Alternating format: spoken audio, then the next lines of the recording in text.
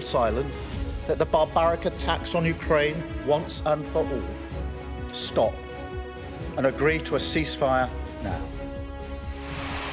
Your time is up. Donald Trump's warning to Houthi rebels in Yemen after launching US airstrikes that reportedly killed 9 people. Oh my God!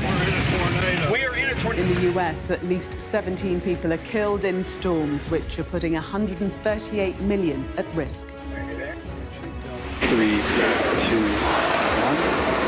Ignition and Lost in space, but not for long. A rocket prepares to dock at the International Space Station to bring back 2 astronauts stranded there for 9 months. England pipped at the post in the Six Nations as France beat Scotland to win the trophy.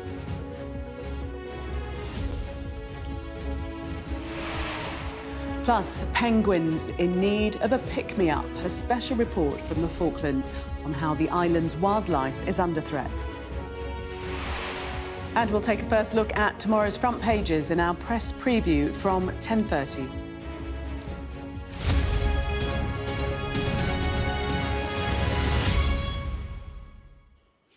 Good evening. The Prime Minister today threw down the gauntlet to Vladimir Putin, accusing the Russian president of trying to delay a ceasefire and calling on him to stop what he called his barbaric attacks on Ukraine.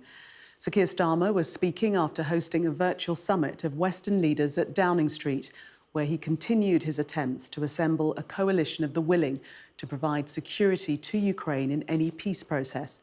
But as our deputy political editor Sam Coates reports, the extent of that coalition and what it could actually do remains unclear. Good morning, colleagues. We've got a lot to discuss. At the helm of a global coalition. Different vantage points, but one message: to protect everything this man stands for. If Putin is serious about peace, it's very simple. He has to stop his barbaric attacks on Ukraine and agree to a ceasefire. 27 world leaders on the call, plus the EU and NATO, in the first virtual meeting since Ukraine embraced the ceasefire plan. Afterwards, Keir Starmer said Russia must do the same. Putin is trying to delay, saying there must be a painstaking study before a ceasefire can take place. But what will this look like? More meetings, for sure. We will now move into an operational phase. Our militaries will meet on Thursday this week here in the United Kingdom to put strong and robust plans in place to swing in behind a peace deal and guarantee Ukraine's future security. But can an international peacekeeping force really hold a hostile Russian military at bay? I'm struggling to work out what the coalition of the willing actually does on the ground. As far as I understand it, UK troops couldn't fire at Russian troops. If Russian troops opened fire, we couldn't retaliate, and nor could anybody else, because of what that would provoke. So is it just some kind of slightly more tepid training mission in reality? Well, the operational meeting is where the discussions are taking place as to what the capabilities will be. I've indicated a willingness for the United Kingdom to play a leading role in this, and indicated that if it's necessary, that will be troops on the ground and planes in the sky. There are different capabilities from different countries, but those are the operational discussions that are going on. Note there Keir Starmer saying British troops and planes only if necessary. With or without a US security guarantee for Ukraine, it's not at all clear what UK troops and others would be doing on the ground in that country in the event of a ceasefire. It was conspicuous that the Prime Minister didn't have an answer to that today, but it's the key to whether this plan is going to work at all. President Zelensky still biting his tongue, saying he's on board with President Trump. It was a very good conversation of President Trump and his delegation. I am in touch with my delegation.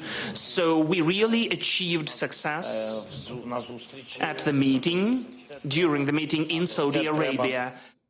A diplomatic success for Keir Starmer on its own terms. Leaders turned up, listened and followed his path. But any peace will only be down to Presidents Trump and Putin. Everyone else, really just a viewer? Sam Coates, Sky News, Westminster. Well, as the diplomacy grinds on, so too does the fighting. Following a call with Vladimir Putin, Donald Trump, who has brought the proposed deal to the table, has insisted Ukrainian fighters are surrounded in the Russian region of Kursk. Today, President Zelensky said that was untrue. Our correspondent Paul Kelso has been taking a look at the situation on the ground. While European and NATO leaders talk about peace, Ukraine lives with the reality of invasion. Residential blocks in Kherson damaged on another night of Russian shelling. A ceasefire might temporarily stop the damage and death, but making it stick and permanently ending the trauma of the Ukrainian people will likely require a peacekeeping force. The UK and France are the only nations to publicly commit to sending forces to Ukraine. Scandinavian NATO members, Norway, Sweden and Finland, could commit too. But Italian and Spanish governments have ruled out sending troops, and the Baltic states will be reluctant, given their need to protect their own borders with Russia. Australia and New Zealand, already security partners of the UK, might be persuaded, as might Canada, a NATO member. The big question remains the US. Donald Trump wants Europe to lead on the ground, but an American security guarantee is crucial. It's important for a military operation in Ukraine where there is a risk that the peace will break down, that the Americans can back them up with air power, with intelligence, with logistics, with even in extremist medical support. It's more than 30 years since British troops were deployed in a European land war, joining the UN peacekeeping force in Bosnia. A deployment scheduled for 6 months lasted 15 years. Standing in the way of a nuclear power and the will of Vladimir Putin is a far larger commitment. This is very different to the Balkans because it is not a neutral endeavour in this case. It is part of helping Ukraine with whatever it decides to do in the future and forestall a further or repeated Russian invasion. And there's a whole separate discussion there about, is the ceasefire that's being put in place actually quite a fragile thing? Footage released by the Russian military claims to show Sudza in the Kursk region reclaimed from Ukrainian forces this week. Until a ceasefire becomes reality, the scramble for territory goes on. Paul Kelso, Sky News. Well, while the Prime Minister spent today in international crisis management mode, he faces a potential crisis of party management at home, with the government set to outline welfare cuts in the coming days. Our political correspondent Liz Bates joins us live from Westminster now. And Liz, reportedly this is causing a huge split in Cabinet.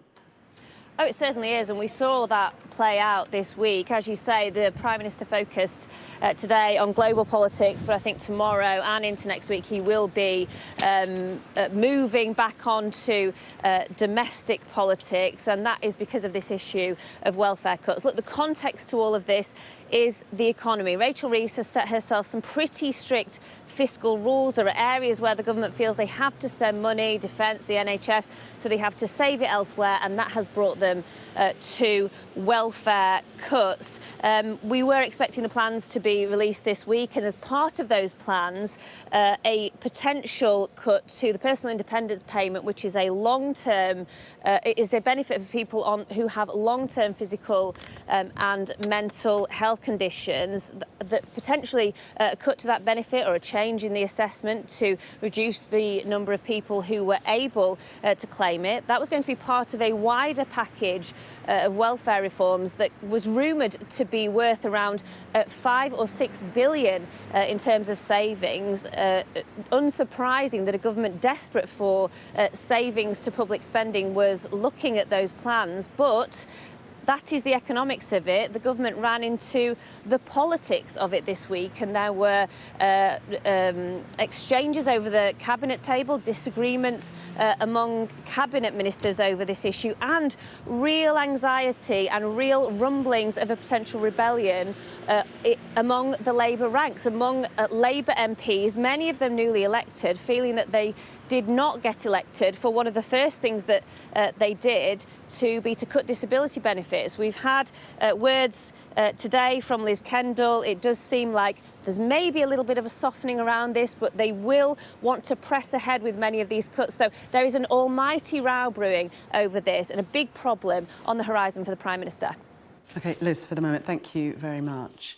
And just to remind you that you can tune in to Sunday Morning with Trevor Phillips. Amongst the guests, Trevor will be speaking to the Health Secretary, Wes Streeting, the Shadow Education Secretary, Laura Trott, and the UK's former National Security Advisor, Lord Ricketts. That's tomorrow morning from 8:30. President Trump has ordered a series of US strikes against Houthi targets in Yemen. In a post on his Truth Social platform confirming the attacks, he promised to use overwhelming lethal force until the Houthi rebels stop targeting shipping in the region. Mr. Trump also warned Iran that its support for the group must end immediately. Well, tonight, the US Central Command released footage of jets taking off to conduct a series of aerial attacks against Houthi targets. The Houthi-run Health Ministry said that at least 9 civilians had been killed in the strikes, which hit the Yemeni capital, Sana'a, this evening.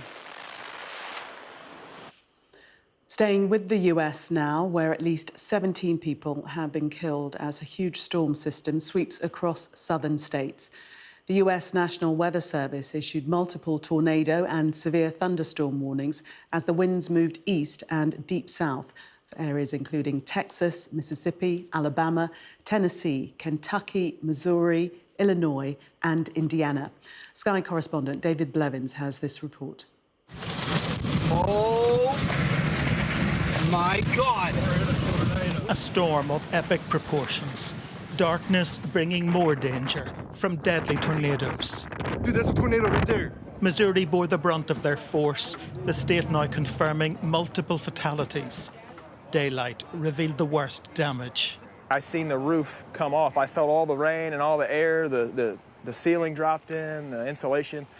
So I just jumped off the steps and I made it to the bathroom, and then I walked over to my room door, and the whole room door hinge and everything, with the hinges and the frame, blew off and blew me into the wall. We get a lot of tornado warnings in Missouri. We just thought it was another thing. It's springtime. We thought a little hail, maybe some winds. I did not think it was going to be anything like this. I've never seen anything like this in my life. And there was large-scale destruction in neighbouring Arkansas. Both have declared a state of emergency. Hundreds of thousands of homes are without power across the Midwest and South. An estimated 138 million people are deemed still at risk. PDS alerts in place, indicating a particularly dangerous situation. It's been caused by a deep low-pressure system sweeping central and southern states. Hurricane-force winds whipping up more than 100 wildfires in Oklahoma and Texas. Dust and debris causing hazardous driving conditions.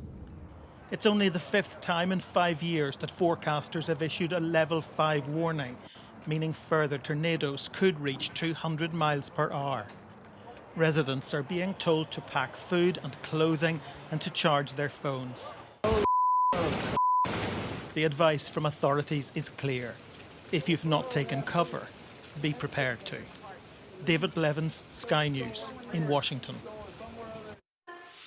The Russian captain of a cargo ship which collided with an oil tanker in the North Sea on Monday has been remanded in custody after appearing in court over the death of a crew member. 59-year-old Vladimir Motin has been charged with gross negligence manslaughter. Meanwhile, Filipino national Mark Angelo Pernia has been named as the crew member who was lost at sea and presumed dead. Our correspondent Katie Barnfield reports. Mangled metal, flames and smoke. This is what was left of the Portuguese container ship, the So Long, after a direct impact with the US oil tanker, the Stena Immaculate, around 10 miles off the East Yorkshire coast. This morning, the captain of the So Long, 59-year-old Russian national Vladimir Motin, appeared at Hull Magistrates Court, charged with gross negligence manslaughter over the death of his crew member, 38-year-old Filipino national Mark Angelo Pernilla, who disappeared during the crash. Prosecutor Amelia Katz told the court here earlier that the Stena Immaculate was stationary at the time of the crash and had been for about 15 hours before the impact. She said the Solong was travelling at a speed of over 15 knots when it hit the oil tanker directly on its port side, causing a fire that spread down the body of the container ship and into the water. There was an explosion, she said, on the forward deck of the Solong, where Mark Angelo Pernilla was working at the time. His crewmates tried to find him, but they couldn't. The Marine Accident Investigation Branch are continuing to try and find out what caused the crash and have asked to interview Mr. Martin. Salvage operators have also boarded both vessels to conduct what they say are methodical and comprehensive assessments, while the Coast Guard is monitoring for signs of pollution, but say there is currently no cause for concern. There was no application for bail today, and Vladimir Martin was taken into custody. He'll next appear at the Old Bailey on April the 14th. Katie Barnfield, Sky News in Hull. At least 9 people have been killed in 2 Israeli airstrikes in northern Gaza. Many more were left wounded in the attack on the northern town of Beit Lahia. Amongst the dead were 3 journalists covering aid distribution in the region, according to the Palestinian Journalist Protection Centre. The Israeli military says it struck people operating a drone, posing a threat to soldiers, and also launched an attack on people who came to collect the drone equipment. I just want to bring you some breaking news into us this evening from the Reuters news agency, and that is that Israel is to continue Gaza ceasefire talks in accordance with the US proposal for the immediate release of 11 living hostages and half of the dead. That is from the Prime Minister's office. And just another line saying that from Netanyahu's office that Israel is prepared to continue the Gaza ceasefire talks based on the mediator's response to a US proposal for the release of 11 living hostages and half of the deceased. That coming from Prime Minister Benjamin Netanyahu's office this evening. We'll, of course, keep you updated should we have further information on that. Now, tens of thousands of anti-government protesters gathered in Serbia's capital to demonstrate against populist President Aleksandar Vučić. The huge crowds in Belgrade are the latest in mounting anti-corruption rallies that have shaken the president's 13-year grip on power. The demonstrations come after 15 people were killed in the country's north last November when a concrete canopy collapsed on a train station. A rescue mission to bring back 2 astronauts stranded in space has finally launched. The SpaceX rocket blasted off from Florida with 4 crew members on board, ready to relieve Butch Wilmore and Suni Williams, who've been stuck on the International Space Station for 9 months. They're due to dock in the early hours of tomorrow morning. Our correspondent Rachel Venables has the story. 3, 2, 1. Ignition and liftoff. Go SpaceX, go NASA. A small step in the long journey to bring 2 astronauts home, 9 months after they departed on what was supposed to be an 8-day mission. Main engine cut off. SpaceX Dragon, welcome. Station operation confirmed. Once in orbit, the Dragon capsule transporting the replacement crew separated from its rocket. Great call-outs and incredible views there on your left-hand side. There's that landing burn. Let's watch as Falcon 9 touches down on landing zone 1. The booster returning to Earth with a textbook landing to the team's relief. Testing zero gravity, the crew seemed thrilled to be spacebound. They're en route to check into the ISS, so astronauts Butch Wilmore and Suni Williams can finally check out. The pair docked at the International Space Station last June, but fuel leaks and propulsion issues with their Boeing Starliner spacecraft thwarted their return. We love you and we're coming up to get you, and you shouldn't have been up there so long. Donald Trump ignored the technical issues reported by NASA, instead accusing President Biden of abandoning the crew for months. But they've been making the most of their extended time up there. good views coming in of NASA astronaut Suni Williams on the robotic arm. With 9 spacewalks, Ms. Williams sets a new female record, and they've been working hard on vital research. They've been working on growing algae in space so we can see how we can get rid of the CO2 that we breathe out, and therefore we can sustain longer life in space. And also they've been doing biomanufacturing of yeast and bacteria so that we can produce more things up in space and therefore don't have to take as much cargo up there, and therefore making it cheaper to have sustained life in space. NASA wants an overlap between the 2 crews.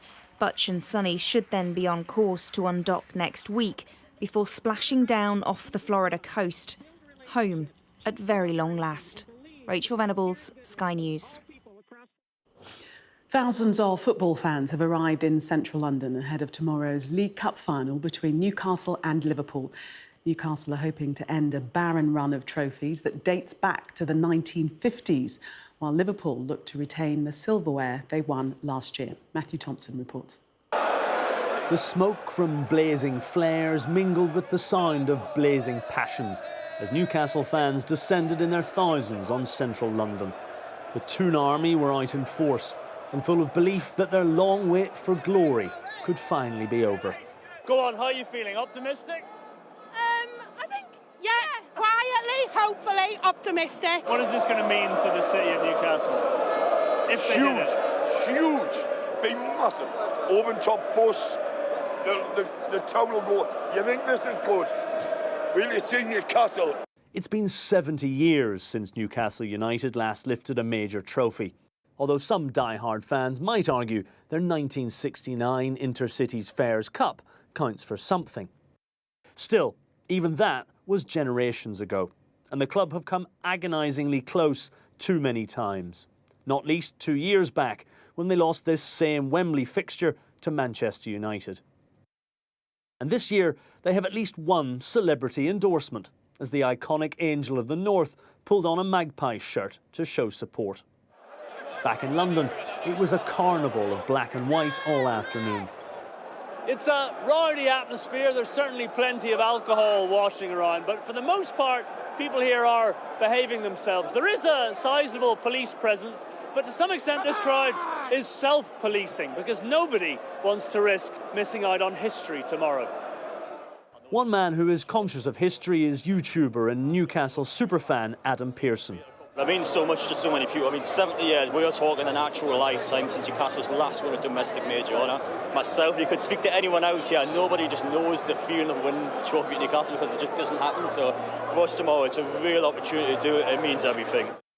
But standing in their way are high flyers and firm favourites Liverpool, themselves no strangers to a bit of silverware. And fresh from being knocked out of Europe midweek by Paris Saint-Germain, they could be in a dangerous mood. That didn't seem to dampen spirits in Covent Garden, though, with the party in full swing. But if their team do finally bring home some silverware, this will be nothing compared to the party waiting in the northeast. How are they, lad? How are Eddie? Come on! Matthew Thompson, Sky News. Let's get all of today's sport now with Chris. Staying connected is vital for business. Sky Business sponsors this report.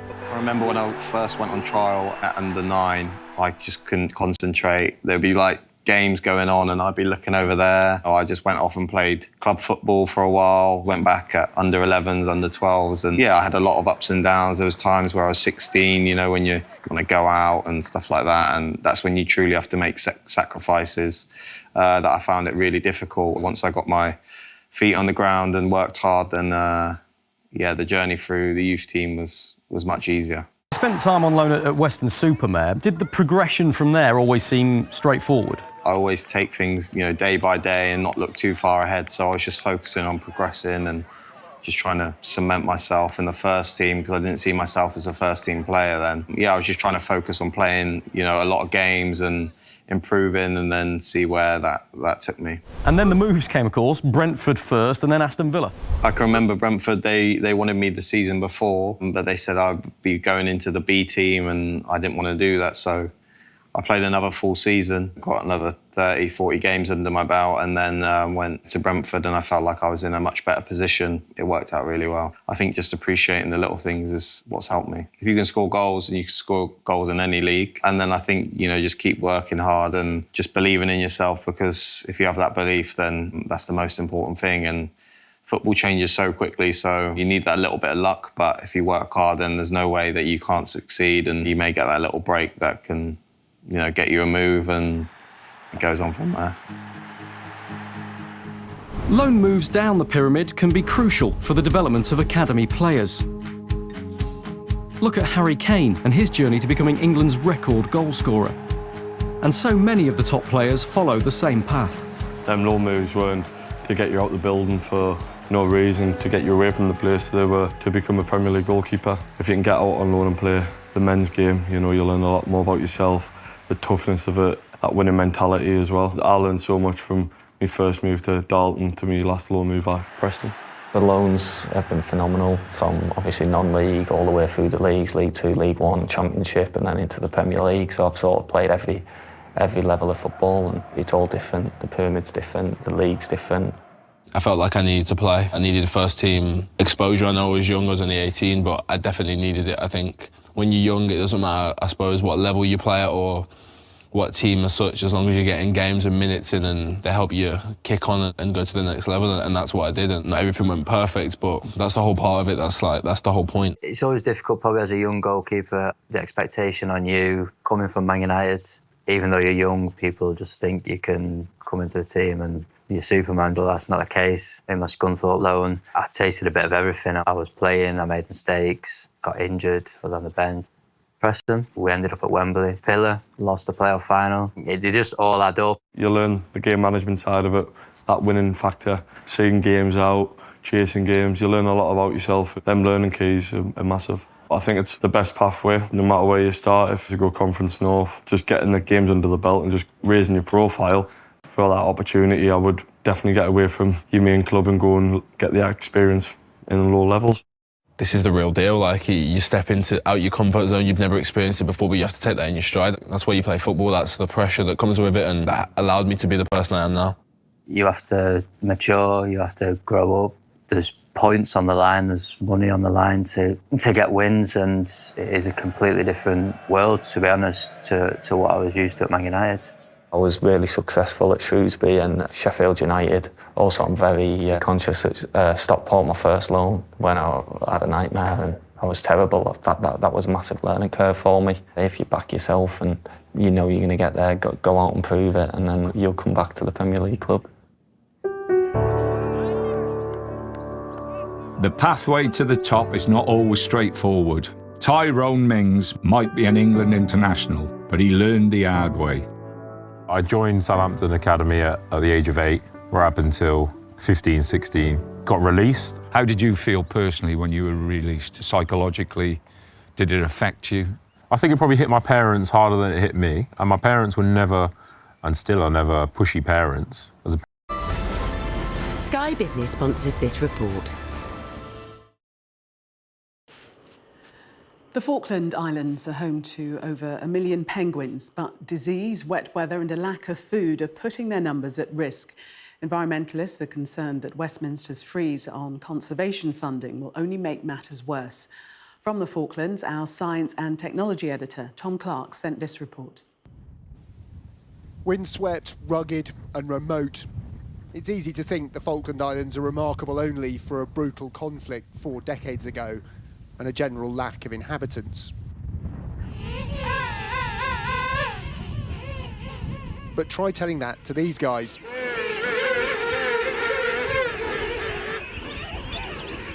Some of the 1 million or so penguins that call this UK overseas territory home. You can hear them before you see them and smell them as they mob together in rookeries, spending the South Atlantic summer raising their chicks on mud rather than ice. Given there's only 4,000 people on the Falklands, these are about the only crowds you'll see. Proof too that there's 740 islands that make up the Falklands are globally important for all kinds of marine life. This is the main colony of the largest and most iconic penguin on the Falkland Islands, the king penguin. And this population is pretty healthy, but that's not the case for some of the other species that live here. The islands are also home to burrowing Magellanic penguins and up to half the world's rockhoppers and gentoo. Populations are still recovering from a global bird flu outbreak that somehow reached these shores. Unusually wet weather a few months back soaked the fluffy down of the gentoo chicks, causing many to freeze to death. Other species are in sharp decline as the shrimp-like krill on which they feed moves further south. Just one impact of a warming climate on this fragile habitat. It's a drying climate on some of the land that we're working on. We're seeing sort of 9 football pitches worth of soil blowing away. We're seeing increasing fires with albatrosses sitting on their nests, literally burning alive. So it's really significant. Conservation groups have been working to restore essential habitats and understand the threats to wildlife, but that too is in jeopardy with an apparent freeze on funding from the UK government. It's absolutely crucial. We're not able to tap into other funding from elsewhere because of difficulties with our neighbours. We are so reliant on that funding scheme, and we really hope that that can continue because it's been fabulous for our work. The UK government was unable to confirm that conservation funding will continue this year and beyond. With 8,000 miles of ocean between the Falklands and the financial dilemmas of Westminster, the value of their unique wildlife is easily overlooked. Tom Clark, Sky News, the Falkland Islands. Beautiful. Well, that was Sky News at 10. Coming up, we'll take a first look at tomorrow's newspapers in the press preview. Tonight, we're joined by broadcaster Joanna Jarju and barrister Bobby Friedman. Amongst the stories we'll be discussing, this on the front of The People. Their headline, "Let the Guns Fall Silent." We'll be right back with that story and others, to stay with us if you can.